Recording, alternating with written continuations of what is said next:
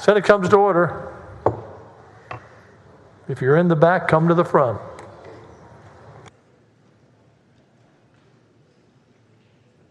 Chair lays out the conference committee report on House Bill 3. Secretary will read the caption. House Bill 3, relating to measures for ensuring public school safety. Senator Nichols. Thank you, Mr. President. Move adoption of the conference committee report on HB 3. Members, this bill is substantially similar to House Bill 3 as we passed off the ceiling earlier, with several differences. The changes made by the conference committee are as follows. First, the armed security guard requirement. We have modified this requirement to match best practices established by the School Safety Center. According to the center, having a trained law enforcement officer at each campus is a best practice. Therefore, the language in the bill requires districts to have a trained law enforcement peace officer on each campus. However, it's important to acknowledge that many districts and campuses cannot meet that requirement. Therefore, we added in a good cause exception for a district that requires them to develop an alternative standard which the district can comply. That may include school marshals, it may include school guardians, or something else developed between the school board and TEA. An alternative standard may look different in each district. It is important for us to ensure that flexibility for those districts. We recognize that different areas of the states have different needs, and the good cause exception ensures districts keep their campuses safe while providing flexibility to meet that standard. Importantly, if a district cannot comply with the armed guard requirement, that district will not be subject to a school safety conservator. We want to be sure that conservators are used to help districts correct deficiencies in planning and operations for school safety and are not in districts whose deficiency is in their inability to meet the armed guard requirement. Additionally, the language updates the mental health training allotment to be set from funds appropriated to cover costs associated with training and to be set by commissioner rule. Lastly, we've included language from House Bill 3 as filed that allows TEA to enter into a statewide procurement contract for school safety technology if such a contract would provide a cost saving for districts. Contract would first have to be approved by the Legislative Budget Board and the Governor's Office. Members, the school safety allotment is still $10 per ADA and $15,000 per campus. The school safety grant funding is $1.1 billion, making this a $1.4 billion school safety bill. With that, Mr. President, I move adoption of the conference committee report for HB 3. Senator West, your neighbor, has a question, I think. Mr. President? Okay. Senator Nichols. Do you yield, Senator Nichols? I do, yes. And I think you went over, but we need to, let's make sure we go over it again, because there's a lot of school organizations that believe that teachers will have to, number one, they have concerns about the funding in terms of the allotment, which is $10, and obviously they think it's insufficient because it was $100 in the House bill. But the conference committee settled back in on $10 and $15,000 per school, correct? It's $1 per ADA plus $15,000. $10? It's $10 per student, right? Plus $15,000 right. per campus. Exactly. All right, and the other piece is this. When we look at the armed guards issue, let's stay there for a second, because the issue is that teachers believe that they will be required to become licensed and carry weapons on the campus. Does your bill require that to occur? That does not. It is not. All right. If for some reason, let's talk about the peace officers' position on this bill. Are there enough peace officers in the state of Texas in order to make certain that they have one peace officer on every campus in the state of Texas? Currently, there's not enough peace officers to fill all the law enforcement positions, let alone all the campuses. But we know there's a need there, and so we're encouraging through some of the other things we're doing, more people to get into the law enforcement business. If for some reason school districts are not able to comply with that, there's a good cause determination in your bill? Yes, sir. Okay, and how is good cause defined for school district purposes? How do you define good cause in the bill? The definition of good cause is not in here. It is a determination made by each school district as to if they cannot meet the requirement of a peace officer at every campus to come up with an alternative plan that is suitable for them. So the individual school district makes the determination. It's not a definition from the Commissioner of Education. Correct. It's an individual determination at a local level by the school districts. That's correct. It's Okay. not set by the state, and it's not set in this bill. It's set by the school. Okay, and funding, in the bill, it talks about non-compliance based on funding as one of the reasons. If a school district does not believe that they have adequate funding, then obviously they can come up with an alternative plan, correct? Yes, that would be one determination of good cause. Exactly. And so funding can be not having monies in order to hire a peace officer. And if they can't hire a peace officer because of the funding, then they can come up with an alternative that does not require a peace officer. They can come up with another alternative. Is that correct? That's correct. Okay. And in terms of the grant money, and I had this conversation with Senator Chairwoman Huffman, in terms of the $1.1 billion in grant funding, those monies cannot be used for this particular purpose. Is that correct? That's correct. That money is intended for school infrastructure, doors, locks, alarms, things of that nature, fencing, whatever is appropriate for, but it's infrastructure. Okay, thank you very much. Thank you. Senator Menendez, what purpose? Questions of the author, Mr. President? Do you yield? Yes. Thank you, Mr. President. Thank you, Senator Nichols. I was just listening to your exchange with Senator West, and I don't want to belabor any points, but I want to make sure that some of the concerns are, one, that the House bill that came over from the House had originally, I think you mentioned this in your layout, had $100 per student, and the current version of the CCR we're looking at is back to $10 per student per average daily attendance. Is that correct? $10 per student plus $15,000 per campus, and that is the way HB 3 was originally written and filed. It was changed to $100 on the floor with an amendment. And the committee report requires, when you sent this bill to the House, you'd taken the armed guard requirement out of the bill, and I thank you for that, because that may or may not be the best practice for every campus, and not every school district may be able to afford a licensed peace officer at every campus. But unfortunately, in this conference committee report, it does require an armed guard, but it does have some sort of a just cause exception. Is that correct? I may have misunderstood your question, but this, as written, the way it originally filed and the way it came, we worked it out in the conference committee, it adds a good cause exception. The good cause exemption. And the good cause exemption says that the school district can, for good cause, not have to have an armed guard, but it allows them to have, it doesn't require them to have a licensed peace officer. It can be someone else. It could be a marshal, it could be a guardian, it could be someone else other than a licensed peace officer. Is that correct? That's correct. Yeah. And if TEA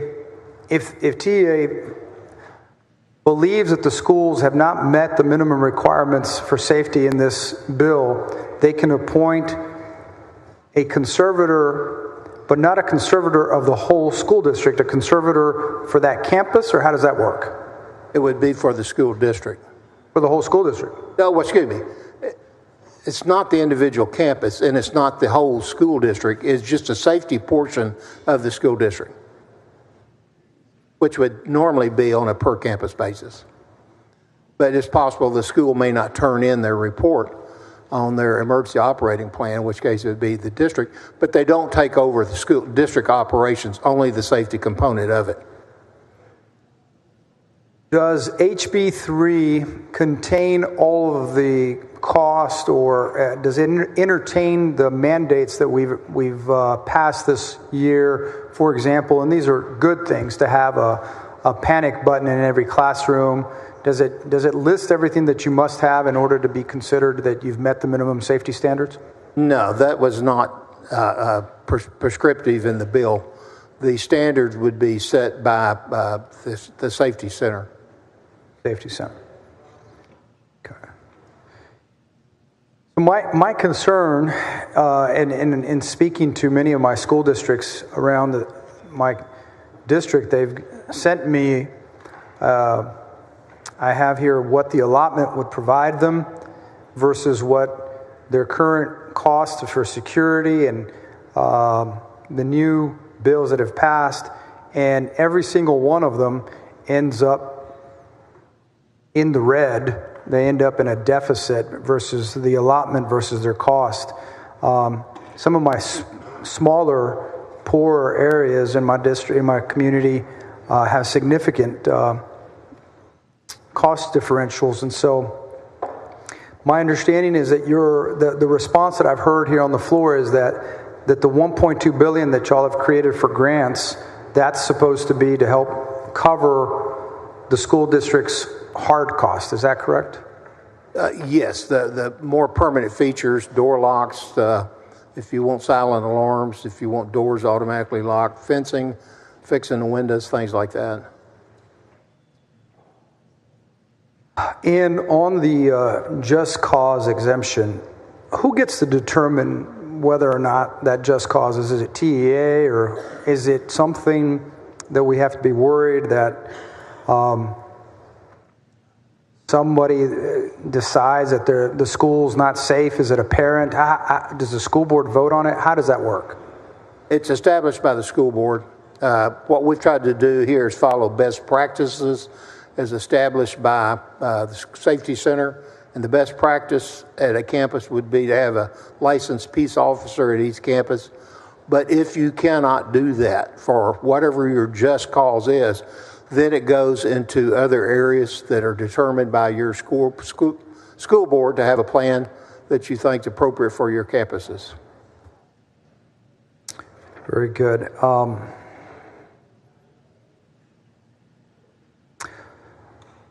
My concern is that this armed guard provision might, and this is an expensive arm. If you hire a licensed peace officer in some communities, the expense is somewhere around $100,000 a year with benefits and everything all rolled up. And my concern is that there might cut in other areas in order to meet the armed guard provision. And so, while I really appreciate all of the work that you've incorporated here, this leads me back to when we were debating the amendment on the mental health allotment, which that would have created an independent allotment for counselors and other things. My fear is that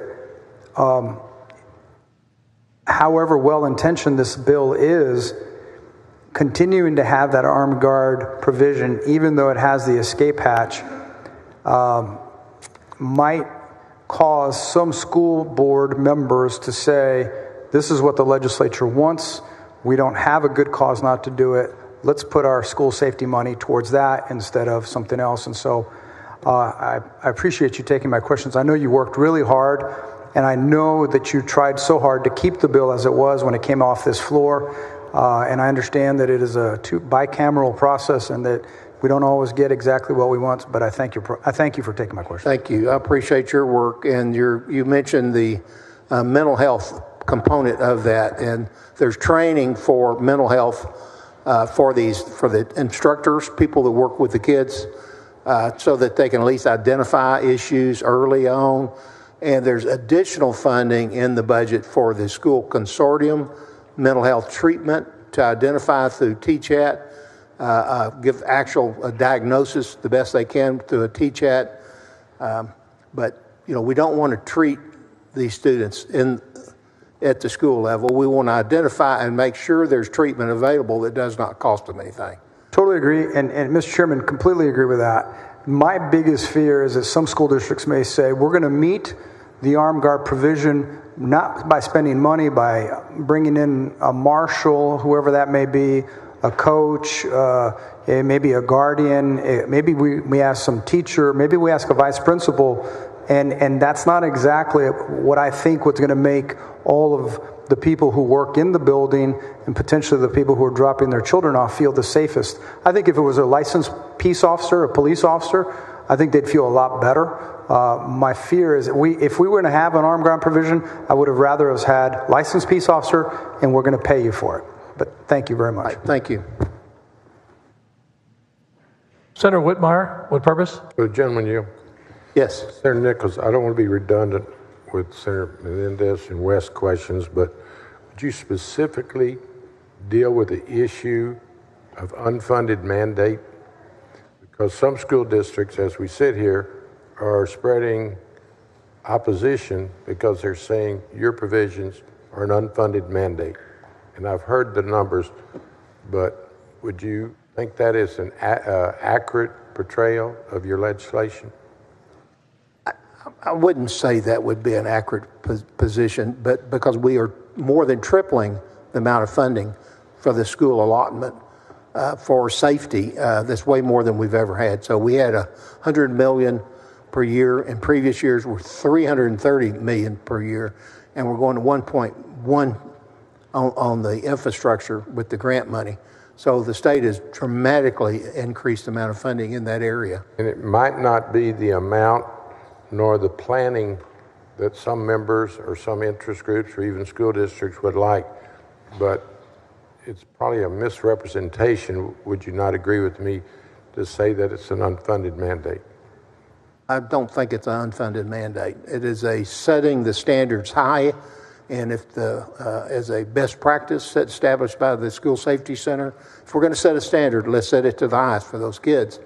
And then if for whatever reason, whatever good cause you have as a school, if you can't get there, and money can be one of those just causes, but there's numerous, whatever you establish. And under the just cause provisions, Senator Menendez was concerned that they would reach out to a coach or assistant principal.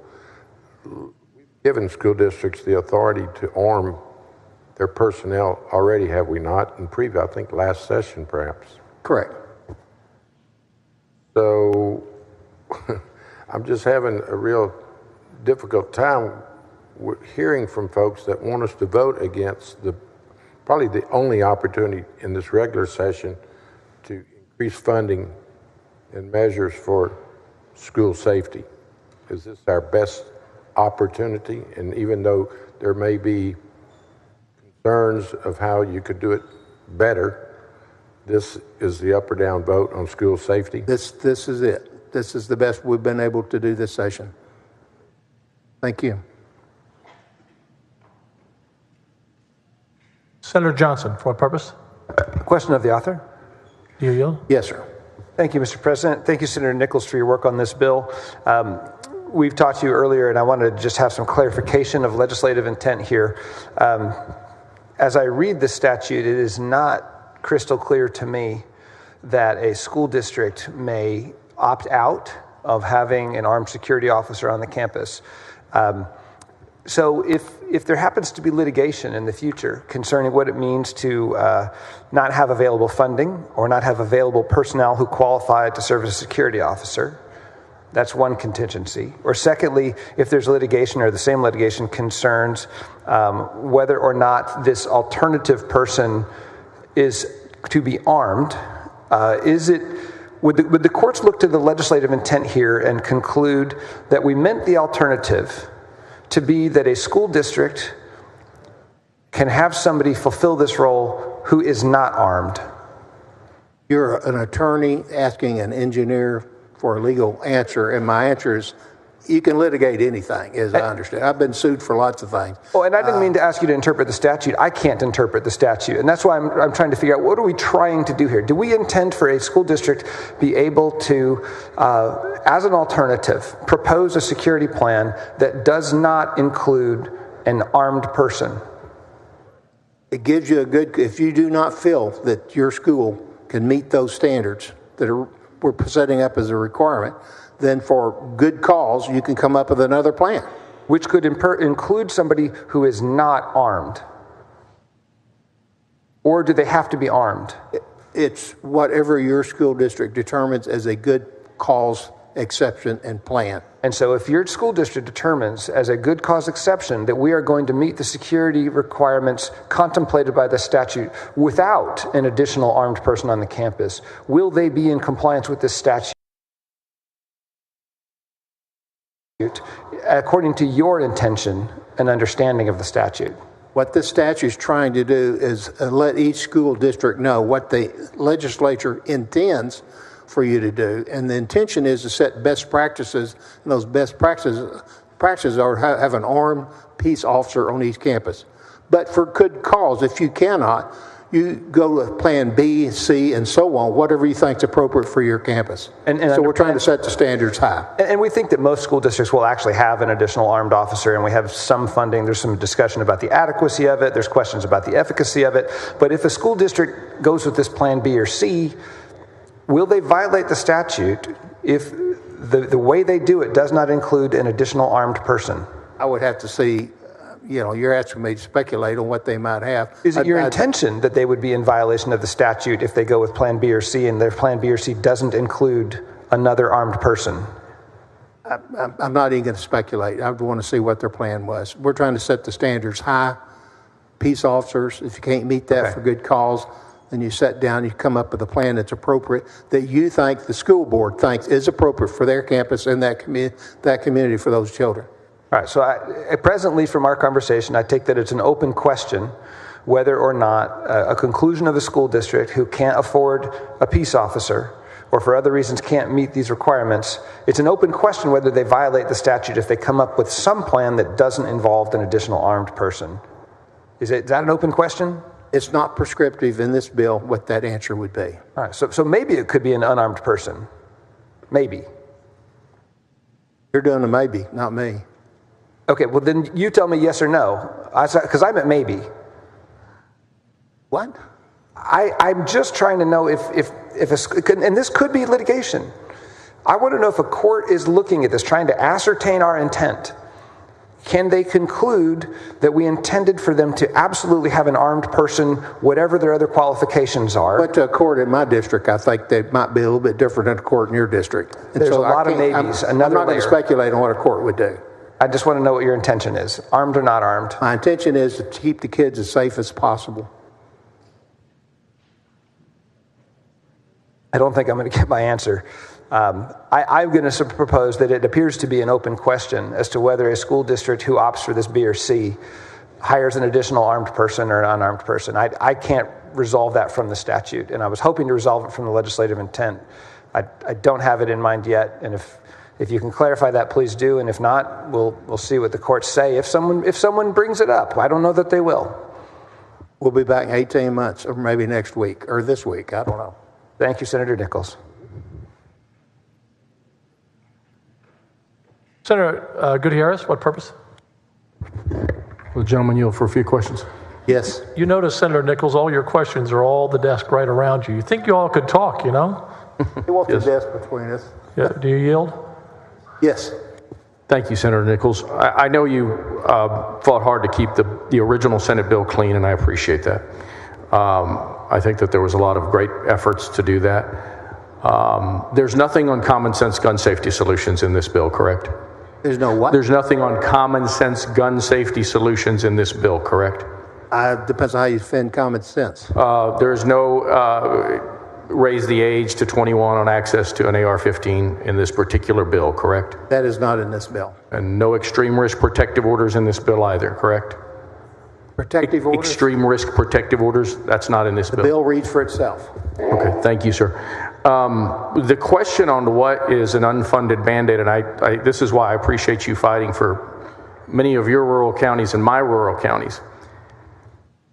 I don't think that it's a debatable issue as to what's unfunded to some and unfunded to others.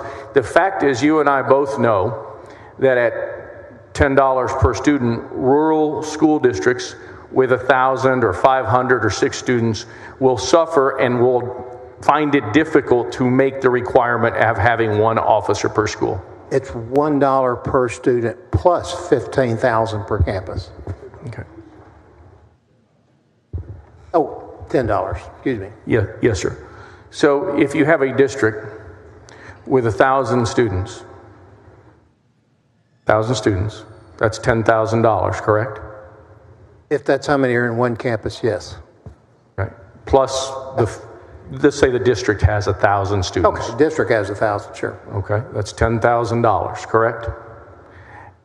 Let's say you have 4 campuses. You have a high school, a middle school, a couple of elementary schools, or however it is. So there's 4 schools, and that's $15,000 per school, correct?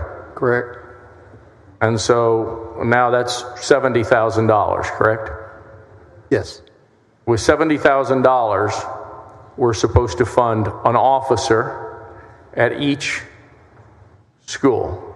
Is that going to be possible? That would not be enough to pay for a peace officer at each campus based on current salaries and stuff. So in that situation, that would be an unfunded mandate for, I would argue, most of the rural school districts in Texas that fit that criteria. Schools have other funding as well. And then they have this alternative, which is kind of and I want to be very clear here, you fought to keep this off. I understand what you tried to doing for all the rural districts, and I appreciate you. But I also want people to understand what an unfunded mandate is to rural districts that simply can't afford these things to happen. So I thank you for pushing back against House demands. I had a bill that would have put an armed police officer paid for by the state of Texas in every school. That didn't happen. I thank you for your efforts. But I am conflicted as well, as Senator Menendez is, in that this does create an unfunded mandate for most of my districts. Thank you.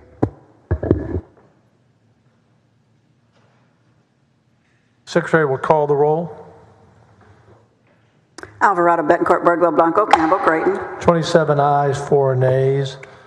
The conference committee report is adopted. Thank you, Mr. President and members. Thank you, Senator. Senator Alvarado, what purpose? Mr. President, I'd like to make a motion to have the remarks between Chairman Nichols and the senators reduced to writing and placed in the journal. Any objection? Hearing none. Motion is adopted.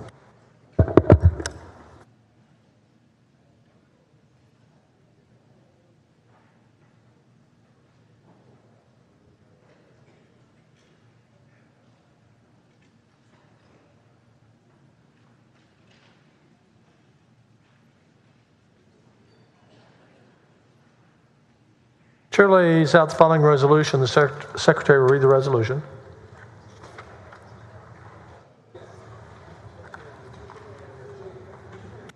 Senate Resolutions 700 by Flores, suspending limitations on conference committee jurisdiction on House Bill 4635. Senator Flores. Thank you, Mr. President. Members, I humbly request that members to consider and approve a resolution to allow the Conference Committee on House Bill 4635 to go outside the bounds. Any objection? Hearing none. Motion is adopted. Chair lays out the Conference Committee report on House Bill 4635. Secretary, read the caption. House Bill 4635 relating to organized crime, racketeering activities, and collection of unlawful debts. You're recognized, Senator Flores. Thank you, Mr. President. Members, I move adoption of the Conference Committee report on House Bill 4635. House Bill 4635 grants our prosecutors and law enforcement officials the tools needed to better defend Texans from organized crime. The Conference Committee report amends page 34, lines 8 to 16, relating to unlawful debt. What it specifically does is sets the usury rate for unlawful debt to be twice the state limit before it classifies as RICO. Senator Flores moves adoption of the Conference Committee report on House Bill 4635. Secretary will call the roll. Alvarado, Bettencourt, Birdwell, Blanco, Campbell. 30 ayes, 1 nay. The Conference Committee report is adopted. Thank you. Your hard Thank you, work Mr. on that President. bill. Thank you, members, and thank you for protecting Texas.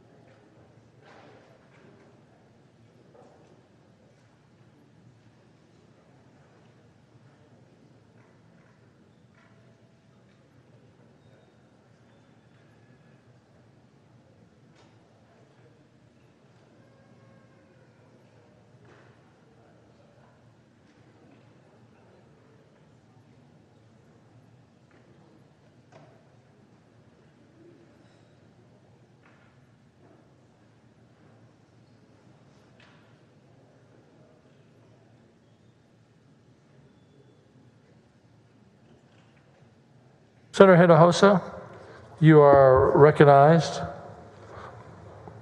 on House Bill 3440 Conference Committee. Secretary will read the caption. House Bill 3440, relating to posting and other requirements applicable to certain governmental bodies under the Open Meetings Law. You recognize, Senator. Thank you, Mr. President. I move to adopt the Conference Committee report. House Bill 3440 relates to improving the transparency of our local governmental entities under the Open Meetings Act. Under current law, cities, counties, school districts, junior colleges, and economic development corporations are required to post their meeting notices online if they have an internet website. The Conference Committee report removed an amendment added by the Senate, which would have required a local governmental entity that maintains an internet website to post any supplemental written materials provided to the members of the governmental body in advance of the meeting for the use during the meeting. No other changes were made from the version of the bill that passed the Senate. Let me be clear about this. The intent of this legislation is not for local governmental entities to start a website. The posting of notice and agenda requirements only applies to those local governmental entities that maintain a website. With that, Mr. President, I move adoption of the Conference Committee report, House Bill 3440. Senator Hinojosa moves adoption of the Conference Committee report on 3440. Secretary will call the roll. Alvarado, Bettencourt, Birdwell, Blanco. 31 ayes, no nays. The Conference Committee report is adopted. Thank you. Thank you, Mr. President, and thank you, members.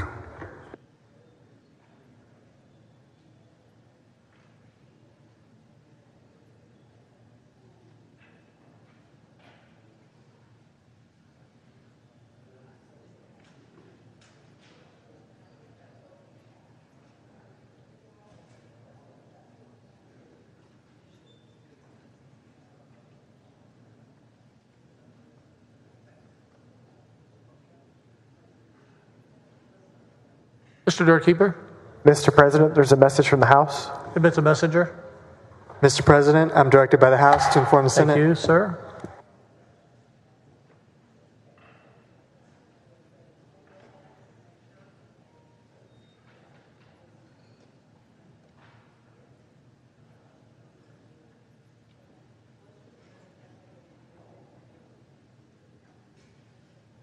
Chair lays out the Conference Committee report on House Bill 3372. Secretary, read the caption. House Bill 3372, relating to the reporting of political contributions.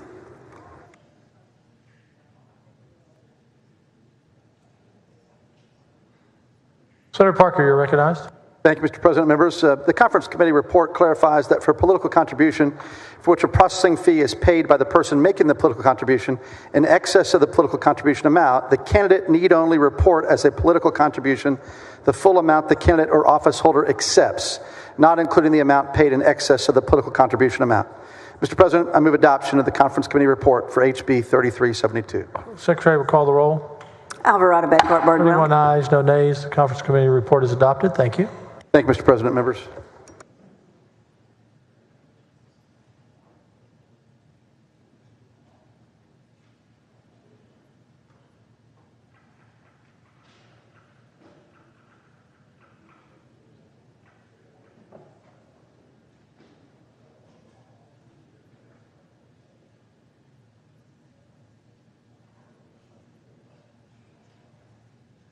Chair lays out the Conference Committee report on House Bill 621. Secretary, read the caption.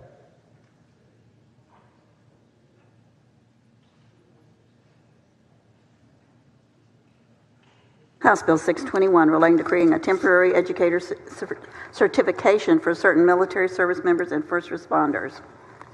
You recognize.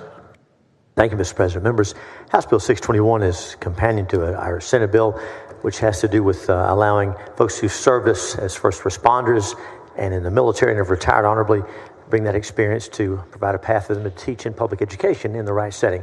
Conference Committee report cleaned up some details and took a good bill and made it better, and I move we adopt the Conference Committee report. Secretary will call the roll. Alvarado, Bettencourt, Birdwell, Blanco. 23 ayes, 8 nays. The Conference Committee report is adopted.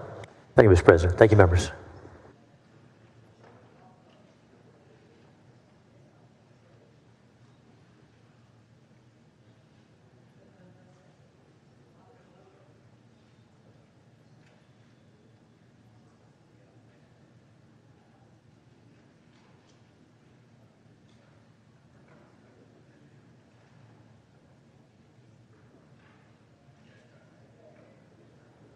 Chair lays out the Conference Committee report on House Bill 915. Secretary, read the caption. House Bill 915 relating to the creation of a workplace violence hotline and a requirement that employers post notice regarding the hotline.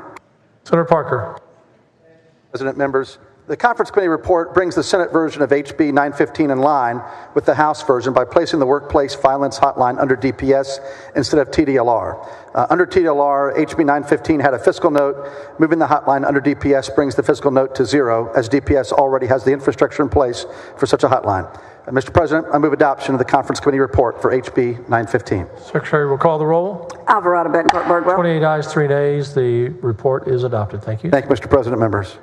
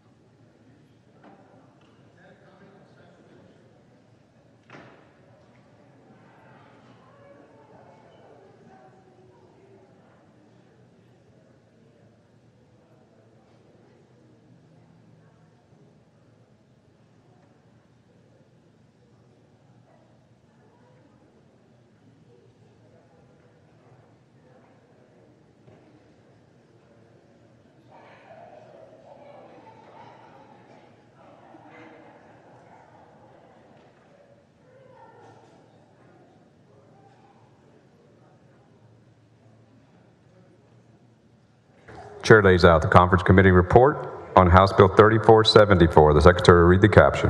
House Bill 3474 relating to the operation and administration of and practices and procedures regarding proceedings in the judicial branch of state government. Chair recognizes Senator Hughes on the conference committee report. Thank you, Mr. President. And members, House Bill 3474, the omnibus courts bill that we pass every session to add new courts, update, clarify the law, make judiciary run smoother. The Senate made some changes to the House bill. We went to conference, and by agreement of all parties, one Senate amendment was removed with no objection. And so I move that we adopt the conference committee report. Senator Hughes moves the adoption of the conference committee report on House Bill 3474. The Secretary will call the roll. Alvarado, Betancourt, Birdwell, Blanco, Campbell. 31 ayes, no nays. House Bill 3474 is adopted. Thank you, Mr. President. Thank you, members.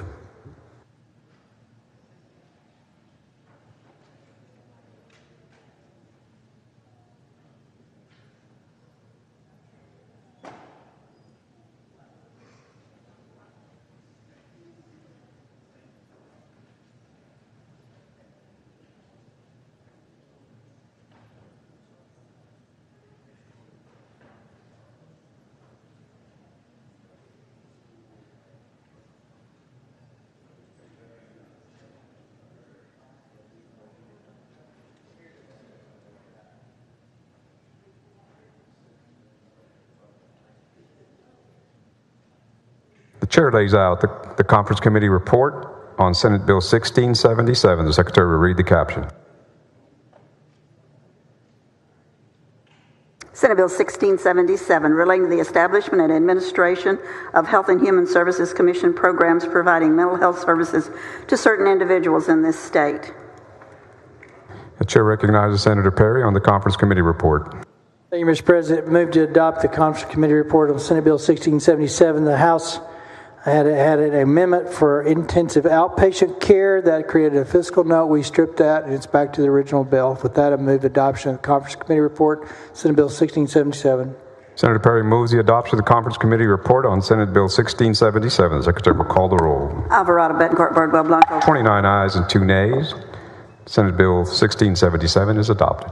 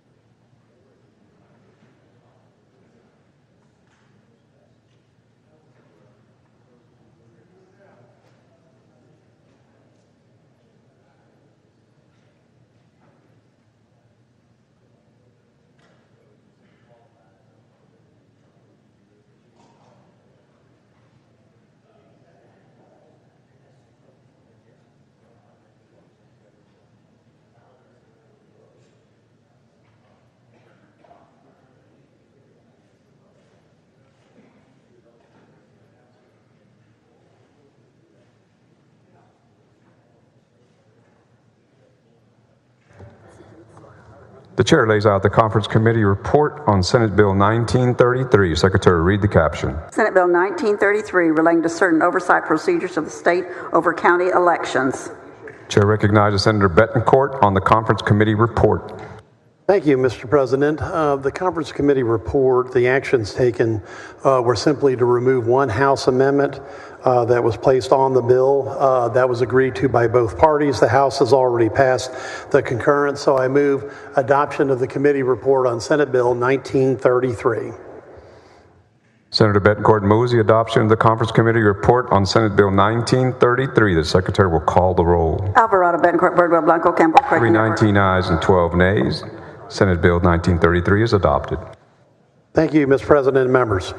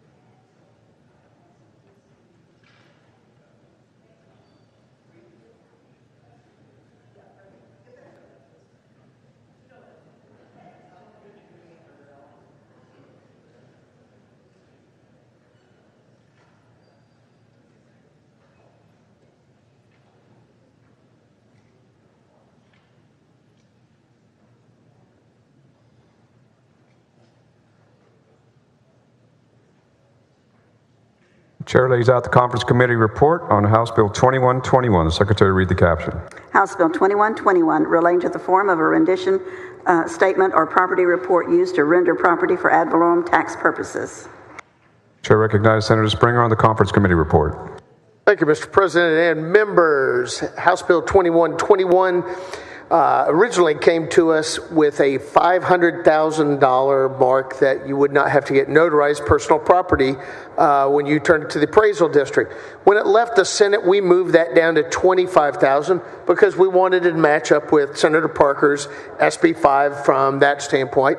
But in conference, Senator Betancourt and I met with Representative Paul, and we came to a compromise of $150,000, and that's going to really help our small businesses, try to keep them out from having to get something notarized to go back. So with that, I move adoption of the conference committee report for House Bill 2121. Senator Springer moves the adoption of conference committee report on House Bill 2121. Secretary will call the roll. Alvarado, Betancourt, Birdwell, Blanco. 31 ayes and no nays. House Bill 2121 is adopted. Thank you, Mr. President.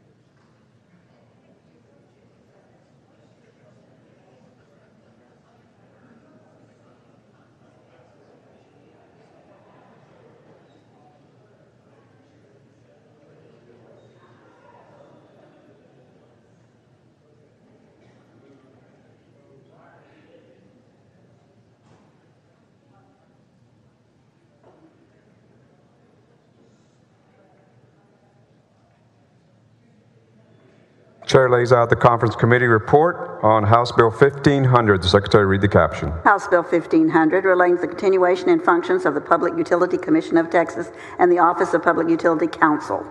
Chair recognizes Senator Schwertner on the conference committee report. Thank you, Mr. President. Members, this bill, HB 1500, is the sunset bill for the PUC, ERCOT, and OPUC. The conferees agreed to remove 3 of the amendments the Senate added in the bill. If you all recall, members, there was a whole host of amendments that were discussed both in committee and on the floor. The 3 that were removed in conference committee does not include the provisions similar to 624 that would have required PUC to permit certain renewable energy generators. Further, another portion that was removed were provisions related to distributed energy resources or demand response programs. The conferees accepted the Senate's other amendments, but made a number of changes to address industry and member concerns. Specifically, the conference committee report, 1, retains the $1 billion annual PCM cost cap, provides the PUC with some flexibility to adjust the limit based upon net cost. Second, the conference committee report includes a firming requirement for certain owners and operators of generation facilities, but clarifies they must demonstrate their ability to operate during times of highest reliability risk and make other adjustments to address industry standards. And third, the conference committee report requires the PUC to direct TDUs to perform a circuit segmentation study, but no longer specifies that costs to implement the studies would automatically be deemed reasonable and appropriate. Finally, the CCR makes several other changes to adjust timelines to make the provisions more workable and clarifies language.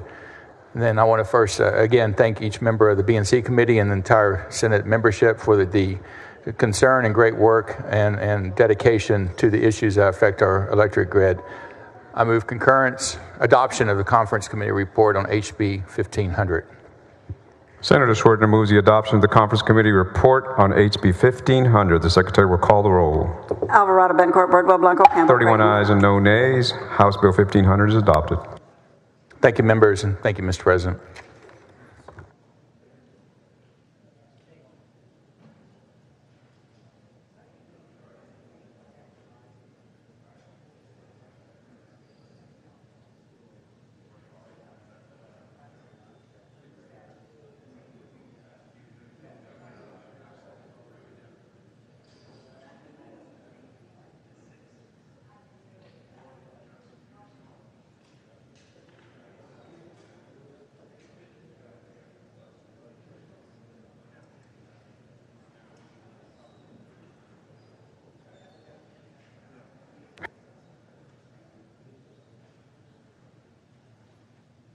Senator Schwertner.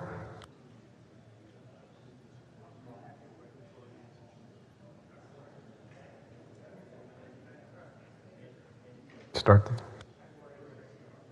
The chair lays out the conference committee report on Senate Bill 1727. Secretary, read the caption. Senate Bill 1727, relating to the continuation and functions of the Texas Juvenile Justice Department, the functions of the Office of Independent Ombudsman for the Texas Juvenile Justice Department, and the powers and duties of the Office of Inspector General of the Texas Juvenile Justice Department.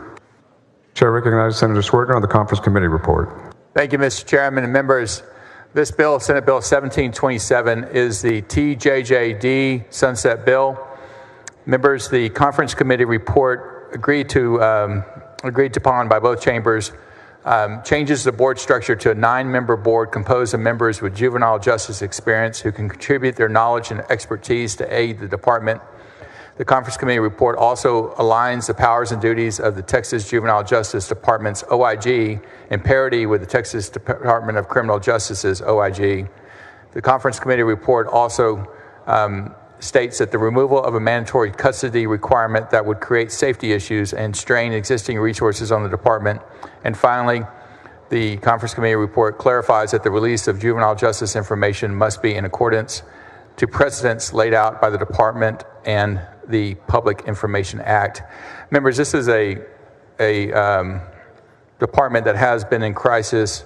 I really want to recognize the significant funding that has occurred to enhance the potential for rehabilitation of these youth offenders, as well as the overall change in administration policies and highlighting that this department underwent during the sunset process as well as during the legislative session.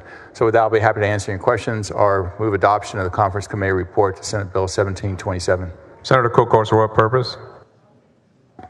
To ask a few questions of the author. Senator Schwartner, do you yield? I yield, yes. Thank you. Thank you, Senator Schwartner, for your work on the Sunset Commission and to the members. The Sunset Advisory Committee is a ton of work in the interim. And I know you chaired or vice chaired this, and significant bills like the PUC bill that you just passed came through. And I think it was our good fortune that you chaired B&C and also had that. And on this particular issue, you and I talked briefly before you laid this out. I thought that you moved a bill out of here pretty clean. I know that there is definitely a desire to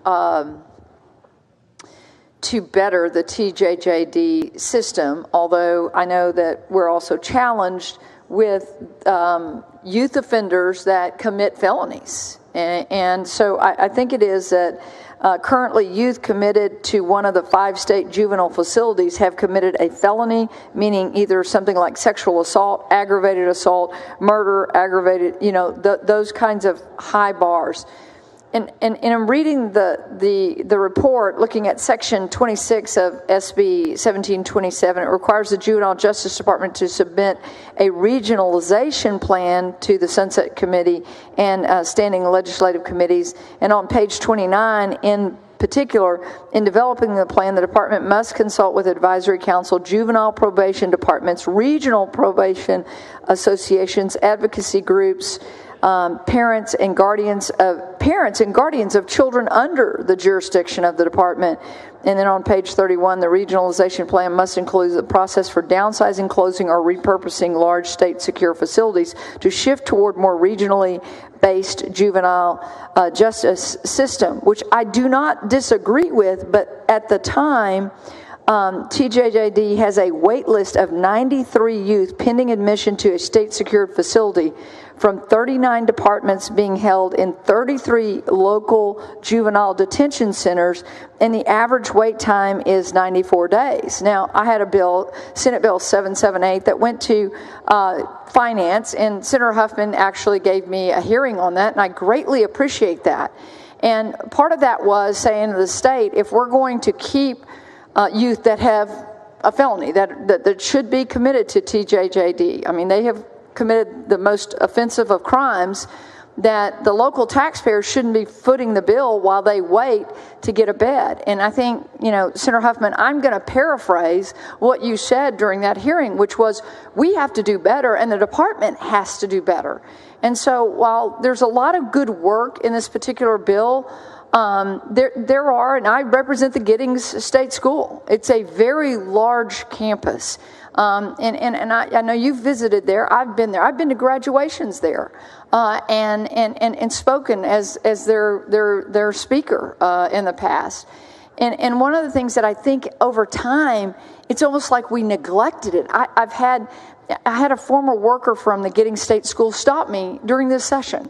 And he said, we used to really work on rehabbing these young men and women. And he says, it's just almost like, we're warehousing them now. And I know that I look at Dean Whitmire and his unbelievable efforts in trying to, not give up on these youth. So I want to say that I think, like Giddings is not an outlier because it's right in the middle of the triangle, and it's, not far from Houston, not far from Austin, and looking at, kind of how the triangle is growing.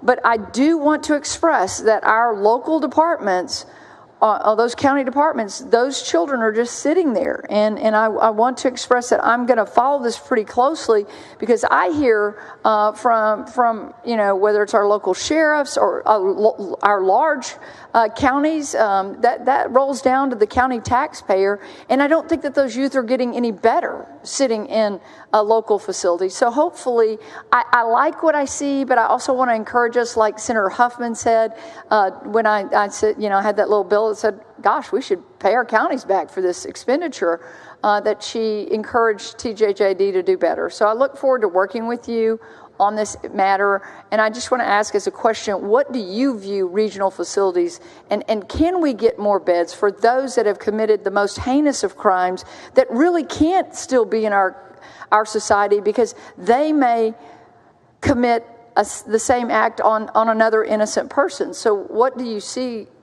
happening? Thank you for your comments and obviously your great interest in this. And I echo your comments regarding Chair Huffman and Chair Whitmire. Regionalization is an important concept, not dissimilar to foster care, community-based care, and the problems associated with facilities that we have currently in Texas and TJJD system. A lot of them have to do with having the workforce in those more disparate areas of Texas and being able to get the types of individuals that can restore and rehabilitate those youth offenders. And so what we did in the budget was enhance throughout the entire system, TJJD, both the county level, but also at the state level, with the addition of significant funds for new facilities that will hopefully be located in an area that has the workforce available.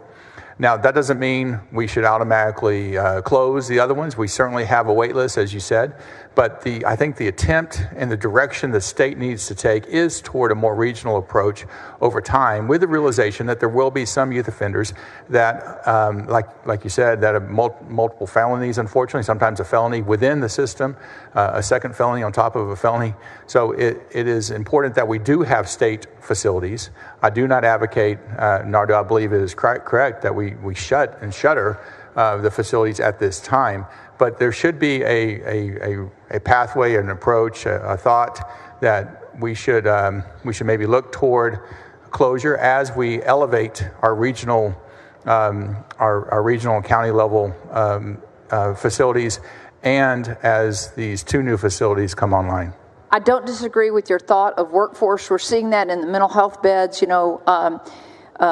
We had 700 beds offline that in our mental health hospitals, and some of those right here in Austin, Texas, some of those right there in San Antonio, Texas, and in urban centers as well, and finding a workforce that wants to go back to work and earn a living for their family. And, some of these are very tough jobs, and we should reward them accordingly. But I look forward to working with you. I know there's a lot of thought in redesigning this system and not, having the outlier. I think Dean Whitmire, you were a part of this, and certainly one of my staffers, Allison Brock, when the discovery of the just terribleness of something that was going on in a remote part of our state and how those children were being treated, and we acted accordingly. I was back in the House, so we've made some better decisions, but I look forward to working with you and other members in the Senate and the House to make sure that, again, we don't have 93 youth pending admission to state-secured facilities from 39 departments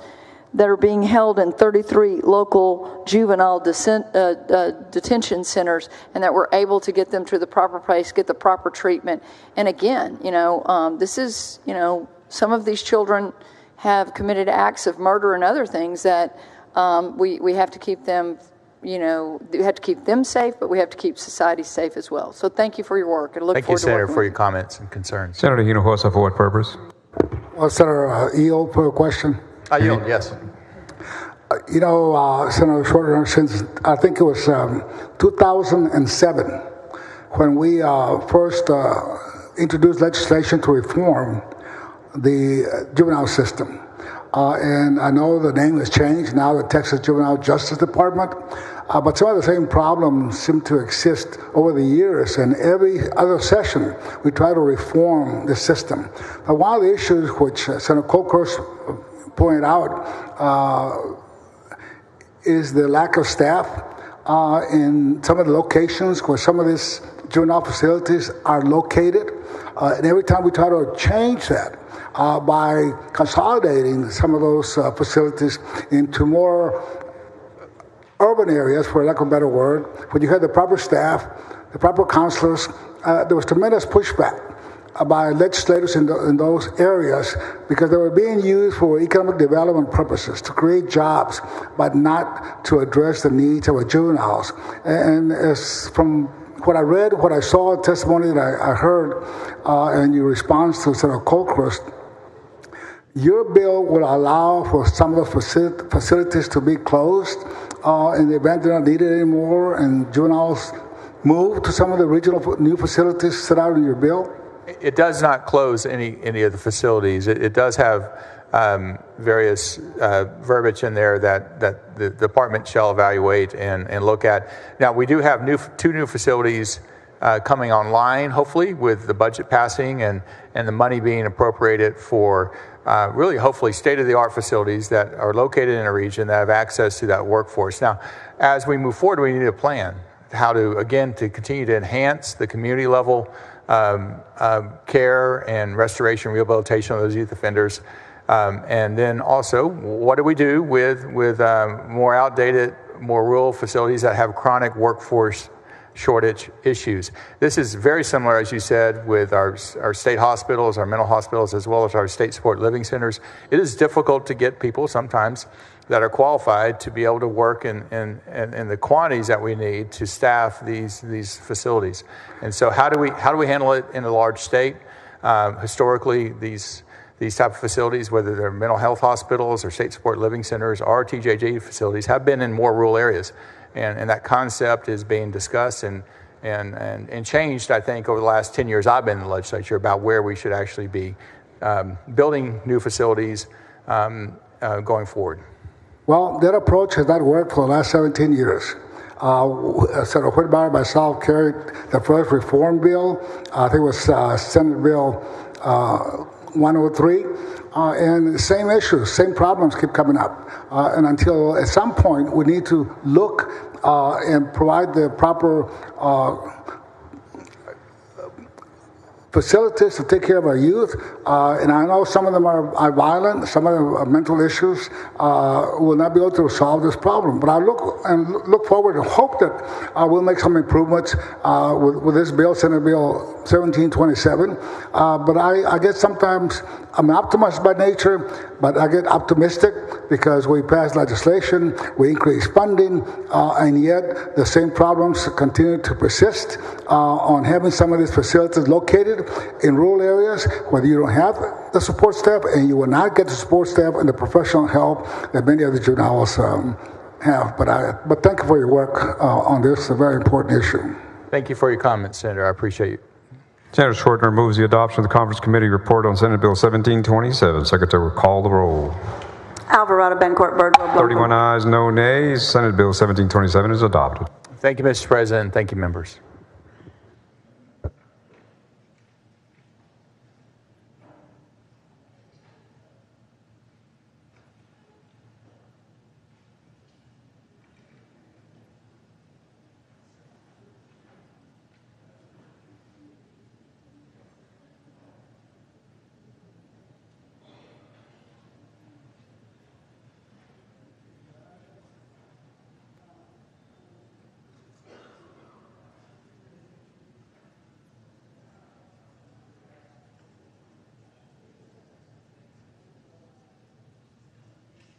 Mr. Doorkeeper. Mr. President, there's a message from the House. Admit the messenger. Mr. President, I'm directed by the House to inform the Senate that the House has taken the following action.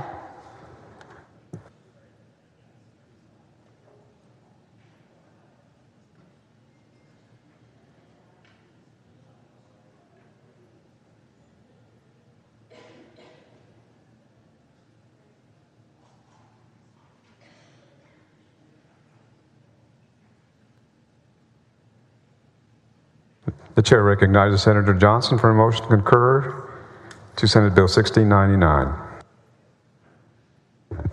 Thank you, Mr. President. Members, Senate Bill 1699 passed out of this chamber unanimously. It makes very, very clear that retail electric providers can aggregate distributed energy resources like rooftop solar and other forms of local small power generation. It clarifies the PUC's jurisdiction over those. We already passed that. Added to that was another bill that we passed out of this chamber, and that is a bill requiring the Public Utility Commission to set up rules to encourage and develop demand response systems, again, adding to the responsiveness and resiliency of our grid. That's been added to the bill, and I move to concur in Senate Bill 16, to the House amendments in Senate Bill 1699. Senator Johnson moves that the Senate concur in House amendments to Senate Bill 1699. The Secretary will call the roll. Alvarado, Bettencourt, Burwell, 31 ayes, no nays. The motion is adopted.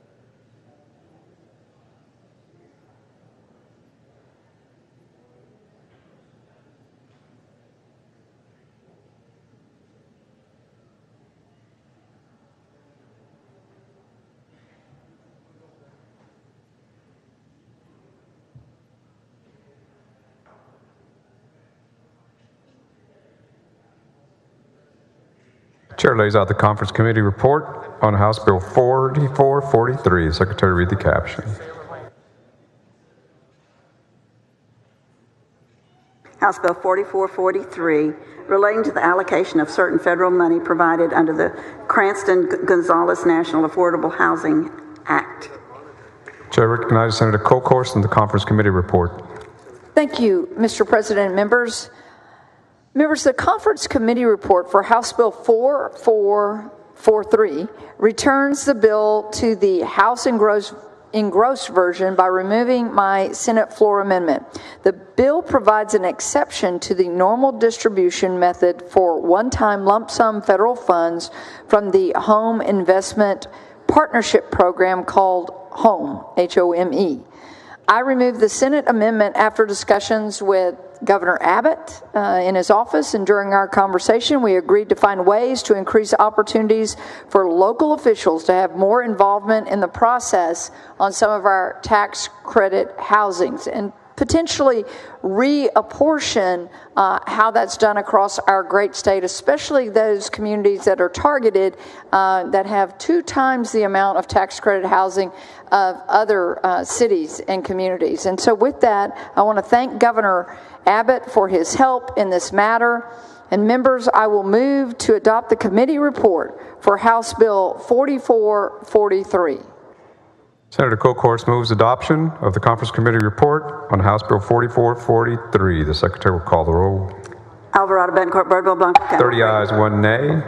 House Bill 4443 is adopted.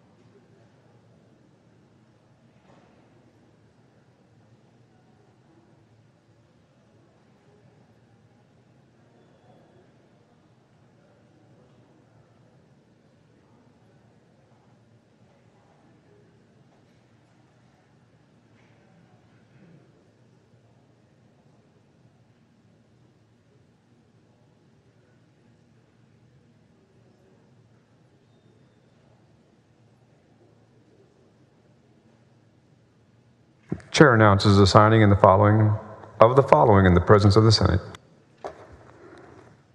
Senate Bill 55, Senate Bill 200, Senate Bill 322, Senate Bill 335, Senate Bill 336, Senate Bill 427, Senate Bill 469, Senate Bill 498, Senate Bill 533, Senate Bill 643, Senate Bill 667, Senate Bill 681, Senate Bill 813, Senate Bill 893, Senate Bill 924, Senate Bill 956, Senate Bill 997, Senate Bill 1015, Senate Bill 1131,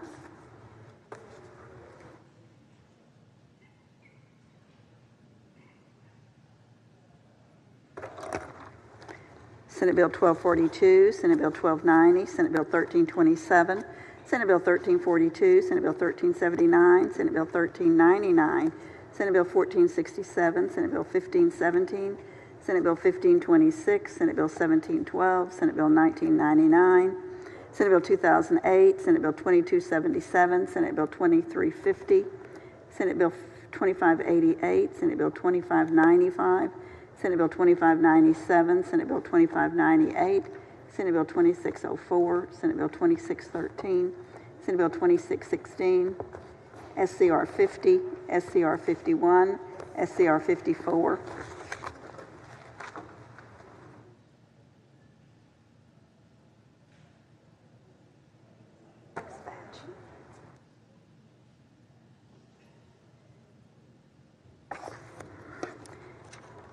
Senate Bill 25, Senate Bill 158, Senate Bill 315, Senate Bill 317, Senate Bill 386, Senate Bill 401, Senate Bill 422, Senate Bill 459, Senate Bill 477, Senate Bill 565, Senate Bill 627, Senate Bill 629, Senate Bill 785, Senate Bill 796, Senate Bill 991, Senate Bill 1001,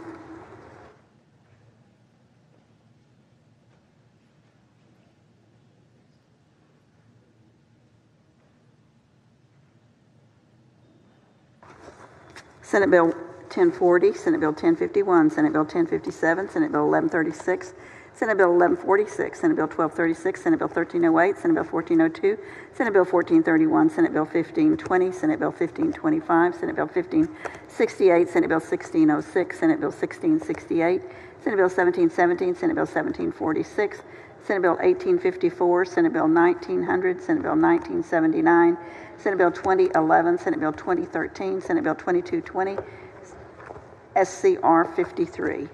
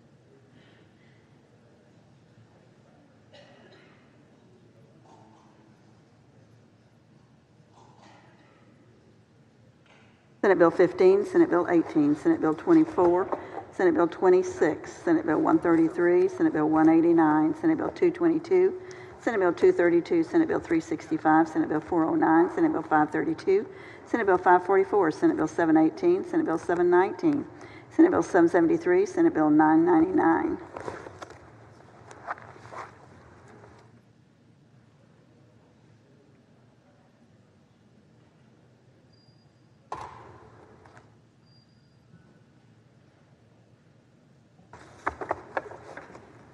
Senate Bill 1056, Senate Bill 1070, Senate Bill 1098, Senate Bill 1192, Senate Bill 1289, Senate Bill 1367, Senate Bill 1376, Senate Bill 1404, Senate Bill 1414, Senate Bill 1500, Senate Bill 1516, Senate Bill 1518, Senate Bill 1565, Senate Bill 1624, Senate Bill 1670, Senate Bill 1720, Senate Bill 1916, Senate Bill 1929, Senate Bill 1930, Senate Bill 1998, Senate Bill 2052,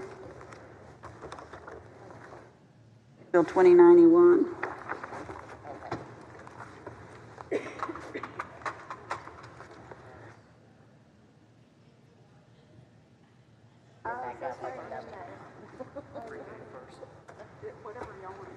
the one that I said send me that.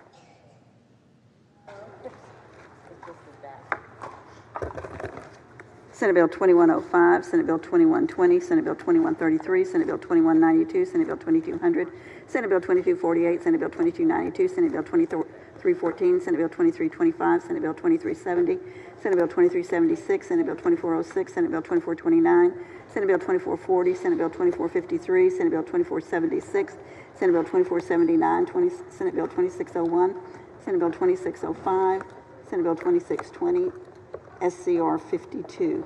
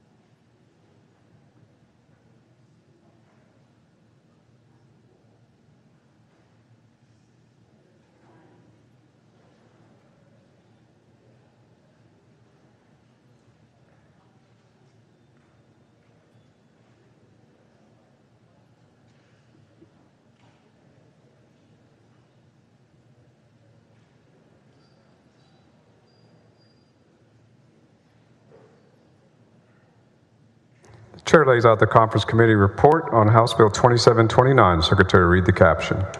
House Bill 2729 relating to teacher requirements for high-quality pre-kindergarten programs. Chair recognizes Senator Creighton on the Conference Committee report. Thank you, Mr. President. Members, in an effort to streamline the hiring process and to be able to attract more Texans to the teaching profession, House Bill 2729 removes and changes certain barriers for pre-K instructors. Under the bill, pre-K teachers must now have a general teaching certification, and they will be also required to be supervised by a certified teacher. All programs will maintain high standards and are subject to requirements ensuring our youngest students are prepared to succeed. The House version of the bill included a provision to sunset this program. The members of the Conference Committee determined that putting the sunset provision in the legislation is the best plan of action so the body can evaluate in the future the success of the program for student outcomes. Members, I move adoption of the Conference Committee report for House Bill 2729. Senator Creighton moves the adoption of the Conference Committee report on House Bill 2729. The Secretary will call the roll. Alvarado, Bencourt, Barbell, Blanco, Campbell, 20 Creighton. ayes and 11 nays. House Bill 2729 is adopted.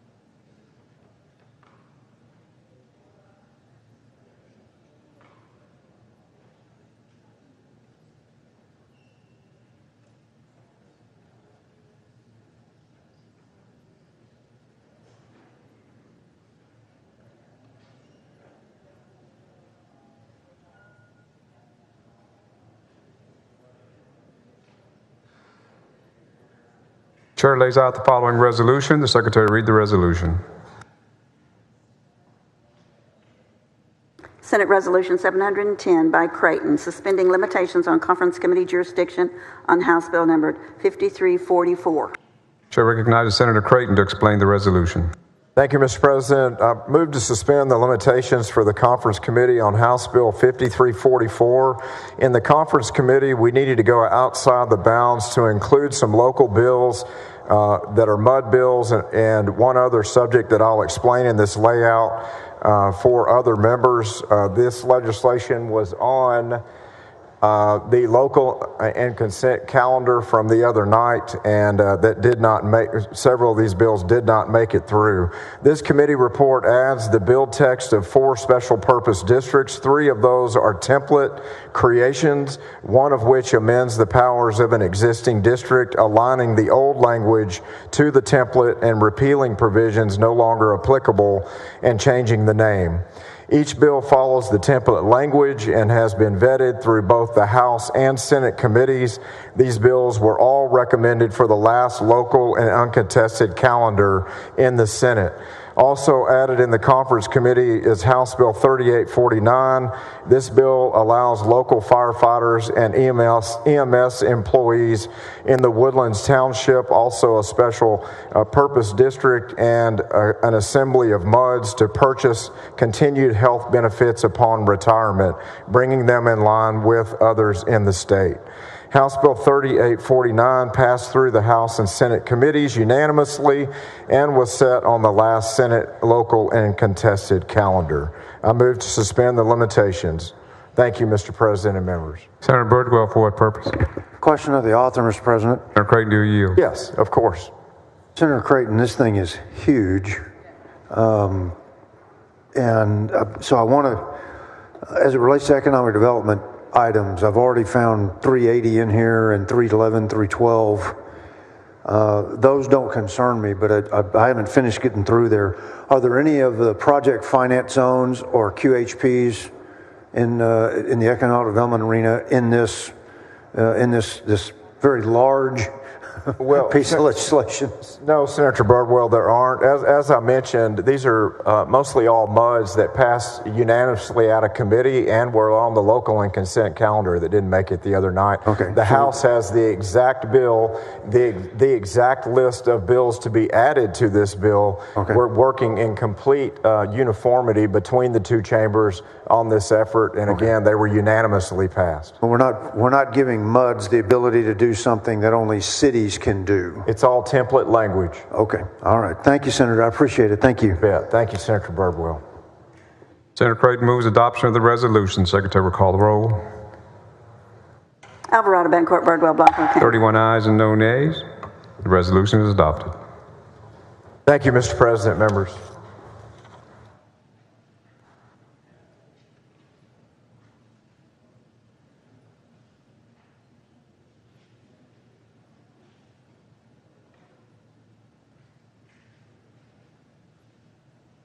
The chair lays out the conference committee report on House Bill 5344. The secretary read the caption. House Bill 5344, relating the creation of the Deer Creek Ranch Municipal Utility District Number 1 and the Montgomery County Municipal Utility District Number 236. The chair recognizes Senator Creighton on the conference committee report.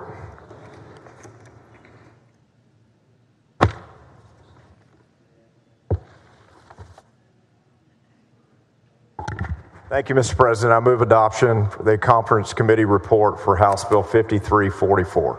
Senator Creighton moves adoption of the conference committee report on House Bill 5344. Secretary will call the roll. Alvarado, Betancourt, Birdwell, Blanco, 27 ayes and 4 nays.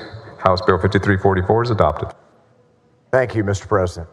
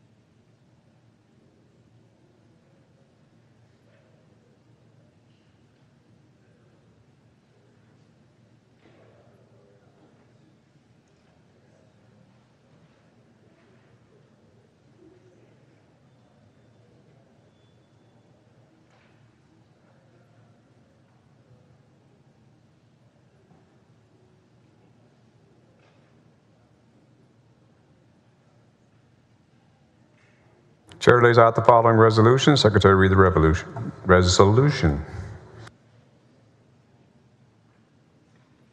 Senate Resolution 708 by Perry, suspending limitations on conference committee jurisdiction on SJR 75. Chair recognizes Senator Perry to explain the resolution. Thank you, Mr. President. Members, the Senate Resolution 708 is outside the bounds for the SJR 75 related to the water fund that we created. There are a couple of items in the conference committee report that needed clarification from LBB and Comptroller's office, which were not included in the JR before. With that, I move passage. Senator Perry moves the adoption of the resolution. The Secretary will call the roll. Alvarado, Betancourt, Birdwell, Blanco. 31 ayes, no nays. The resolution is adopted.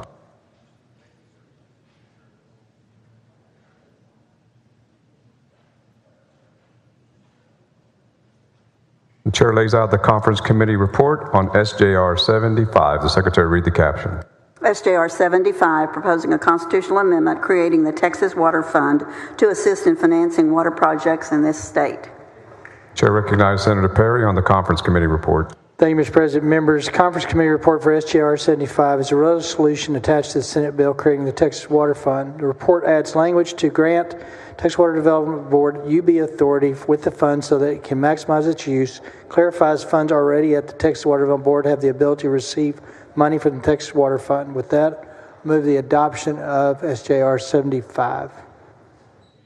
Senator Perry moves the adoption of the conference committee on SJR 75. The Secretary will call the roll. Alvarado, Betancourt, Birdwell, Blanco, Campbell. 31 ayes and no nays. SJR 75 is adopted.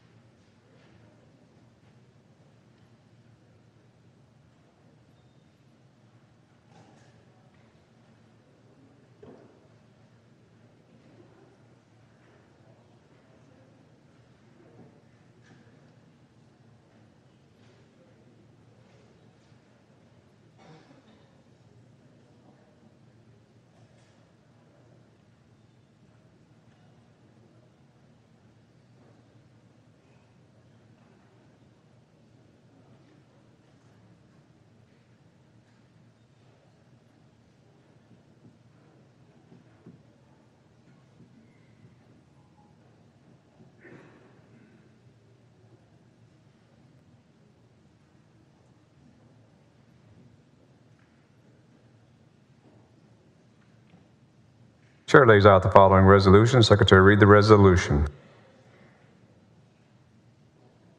Senate Resolution 711 by Perry, suspending limitations on conference committee jurisdiction on Senate Bill 28.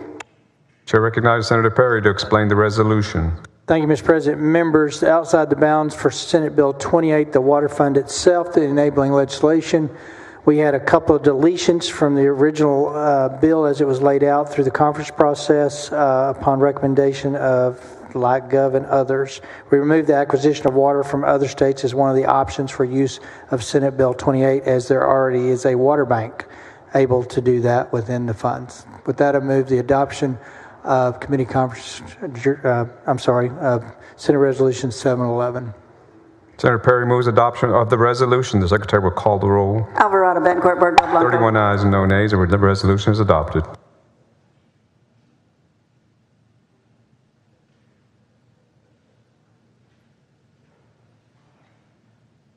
Chair lays out the conference committee report on Senate Bill 28. Secretary, read the caption. Senate Bill 28, relating to financial assistance provided and programs administered by the Texas Water Development Board. Chair recognizes Senator Perry on the conference committee report. Thank you, Mr. President. Members, the conference committee report I will adopt is changing a couple of things. In conference committee report from bill sent from the House is capping the admin fees allowable to Texas Water Development Board at 2%. It's removing certain projects from the new water supply priority list, clarifying the type of infrastructure projects eligible, and removing a House amendment that was putting EDAP as eligible to receive funding. With that, I move the adoption of the conference committee report for Senate Bill 28. Senator Perry moves the adoption of the conference committee report on Senate Bill 28. Secretary will call the roll. Alvarado, Betancourt, Birdwell, Blanco, Campbell. 31 ayes and no nays. Senate Bill 28 is adopted. Thanks, sir.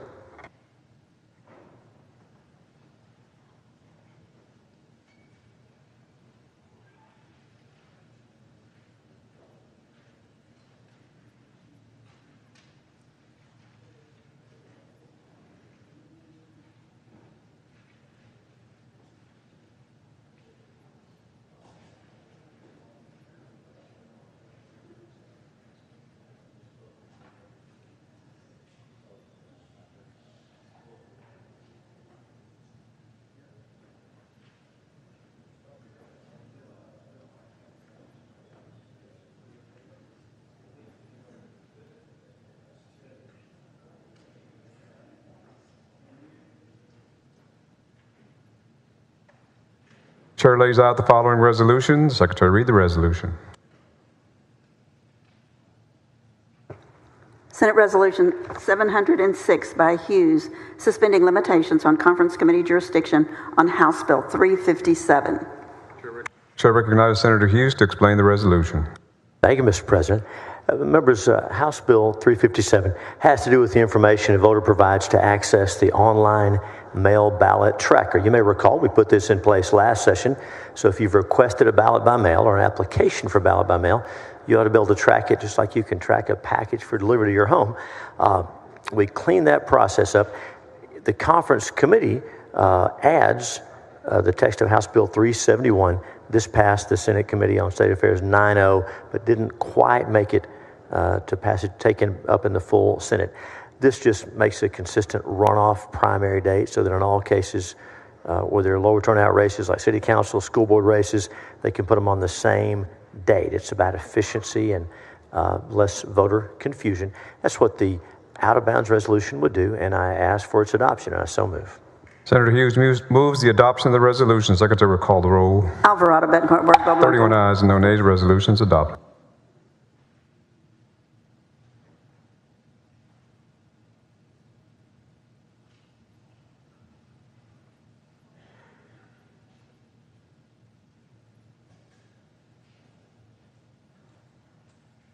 Chair lays out the conference committee report on House Bill 357. Secretary, read the caption.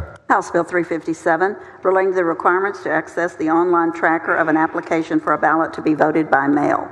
Chair recognizes Senator Hughes on the conference committee report. Thank you, Mr. President. Members, we just discussed this on the resolution. House Bill 357 improves the process for accessing the online ballot by mail application and ballot tracker process. You can see where it's going. Also in conference, added an important bill to clean up and streamline and make our process more efficient and easier for voters. I'm hoping that the Senate will adopt the conference committee report, and that's my motion. Senator Hughes moves adoption of the conference committee report on House Bill 357. Secretary will call the roll. Alvarado, Betancourt, Burke, Blanco. 31 ayes and no nays. House Bill 357 is adopted. Thank you, Mr. President. Thank you, members.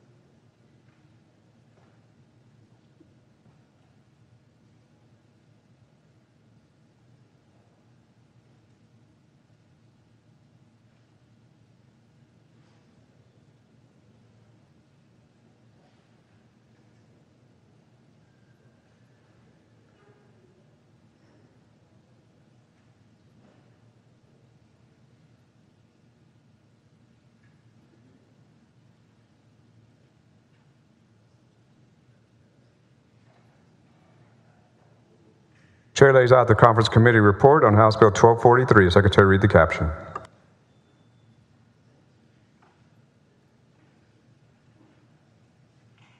House Bill 1243, relating to conduct constituting the criminal offense of illegal voting.